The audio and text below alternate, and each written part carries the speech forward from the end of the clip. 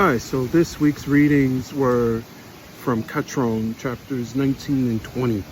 So chapter 19 was a lot of looking at the definitions or in-depth work on the definitions for rhythm, tempo, and pacing.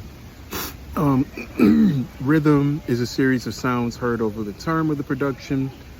Tempo is the impression of the speed at any given point of the production, and pacing is considered the shifts in tempo, and it's not a speed thing, which sometimes is something that gets mixed up in productions.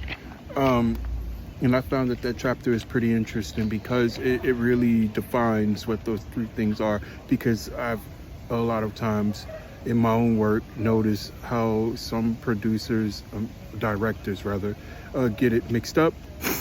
And it was a good refresher on differentiating between the three and understanding what the three are. In Catron's chapter 20, I really appreciated Liv Ullmann's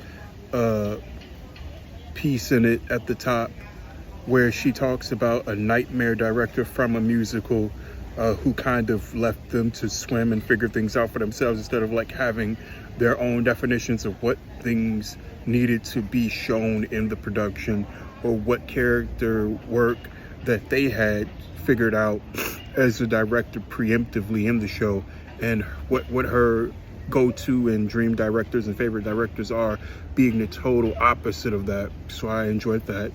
And then just the one thing other than that from chapter 20 that really like hit a chord with me, I mean, a lot of chapter 20 hit a chord with me, but the one thing that I look at every time is right after the Liv Ullmann quote and her whole backstory, is that the director identifies what's wrong and finds possible solutions to whatever the problem is. Hands down, that is 100% what the director is to me.